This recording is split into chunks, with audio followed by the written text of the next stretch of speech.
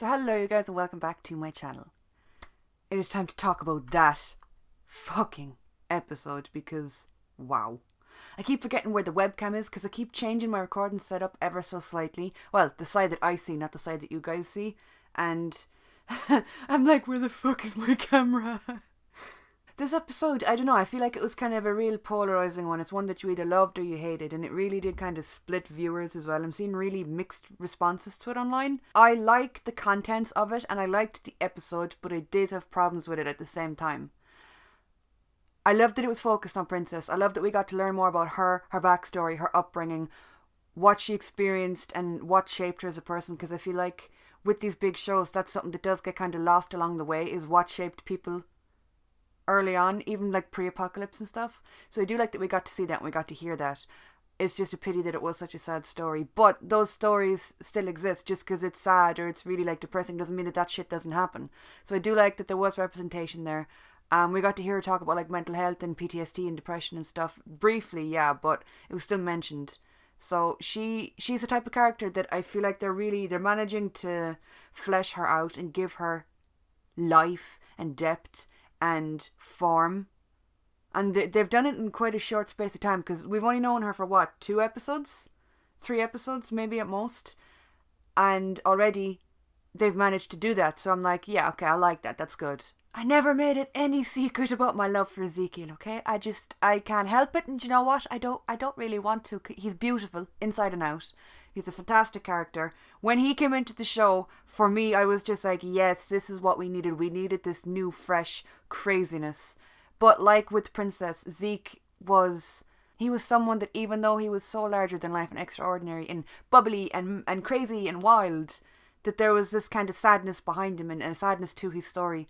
And I like that. And I think it's interesting. It's really interesting how that's shown, that the characters that are so like over the top and dramatic and almost they're characters even within the show, you know what I'm saying? That they're the ones that have such like sad, tragic stories and pasts, and that they need to overcompensate in order to keep themselves going, get themselves through the day, cope, and to keep the people around them feeling happy too.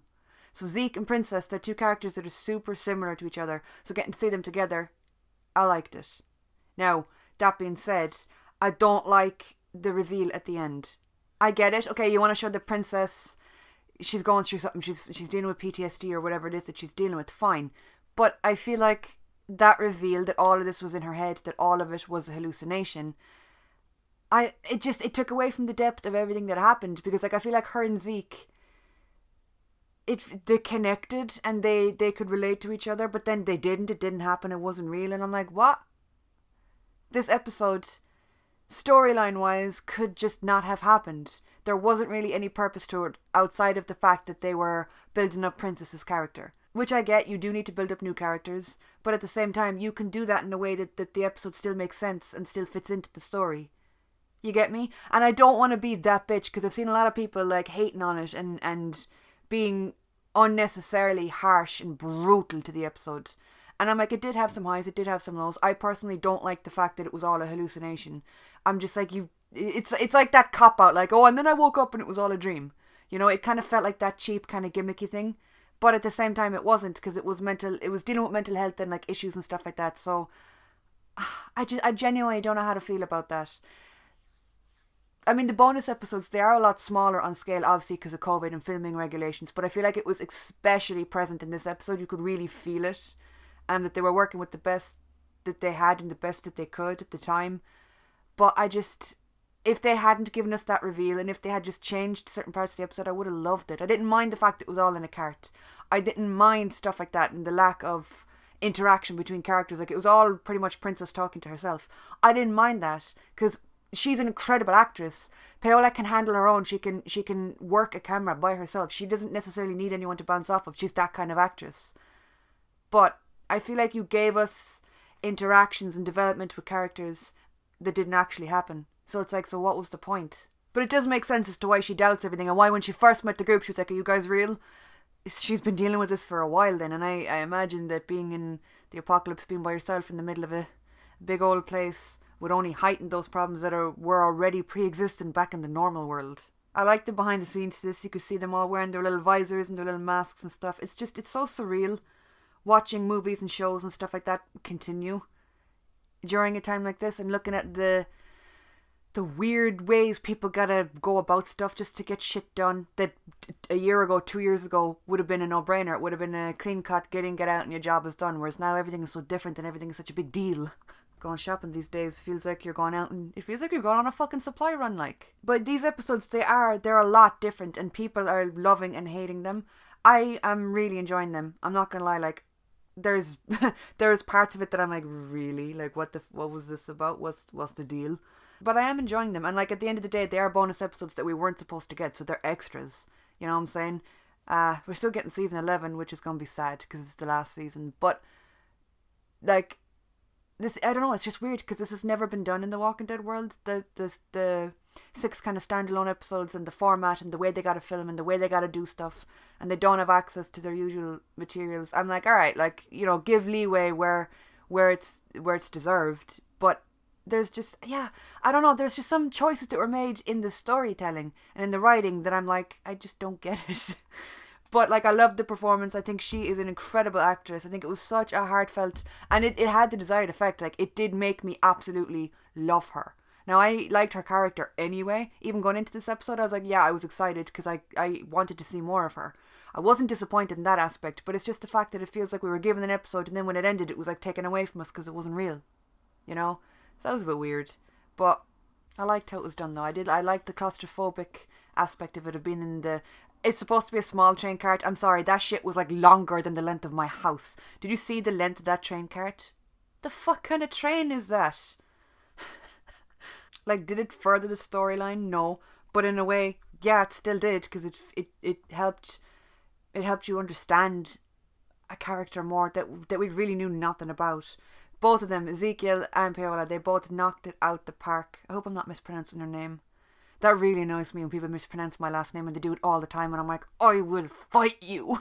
So I'm also cautious when I'm pronouncing other people's names. But yeah, they both absolutely killed it with this episode. And there was signs throughout it that you probably should have picked up on, like the fact that she didn't see Yumiko when she was talking to her.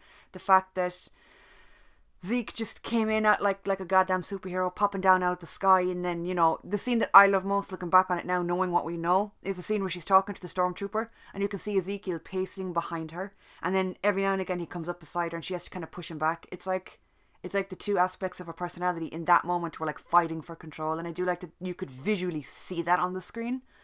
Things like that are hard to catch and get across visually, but I feel like that was done really, really well.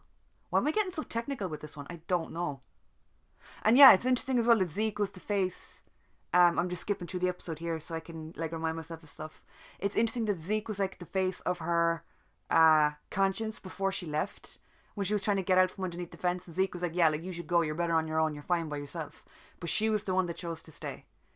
Again, I liked that, and I liked how that was done and how it was shown. To see it, because like, she has that going on inside her head all the time, but as viewers to see it, it's like, whoa, like, that's what you're dealing with, that's what you're working with. So Zeke, throughout this episode, he wasn't our Zeke, he was just her conscience talking to her. He was the one that wanted to fight the stormtrooper, he was the one that wanted her to leave and flee. So it was like the two overwhelming, like, I want to get out of here and go be by myself, be the old me, and I want to stay and help my new friends me. And I liked it. But that ending with the bags over their heads, and then just the absolute cold end of cut to credits, I'm like, the fuck. The actual fuck. But yeah, like I say in all these little discussions, let me know what you think in the comments down below. I'm interested to hear your thoughts. Next week's episode, I think, is it Daryl and Carl again? I'm like, okay. We kind of got one. Well, no, we got a Daryl centered episode, so this must be the Carol centered episode. I don't know. Either way, I'm excited, and I cannot wait for Here's Negan. That was what I was most excited for with these 6 episodes. I'm like, just give it to me. Give it to me.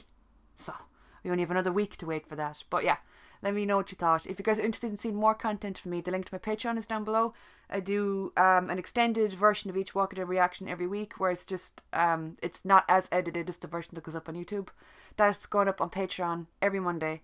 There's also reactions to like Buffy the Vampire Slayer, The 100, Doctor Who, Lucifer, Once Upon a Time, Teen Wolf, The Punisher, Daredevil. There's movie reactions. We're in the middle currently of doing Star Wars, which is very fun and confusing, but it's a good time. So yeah, the link to that's down below too if you want to check it out, and the link to all my socials like Twitter, Instagram. That's it really. I only have 2 social media accounts. I don't know why that just registered with me there. Well, I'm not very social to begin with anyway. Thank you guys so much for watching, and I'll talk to you all soon.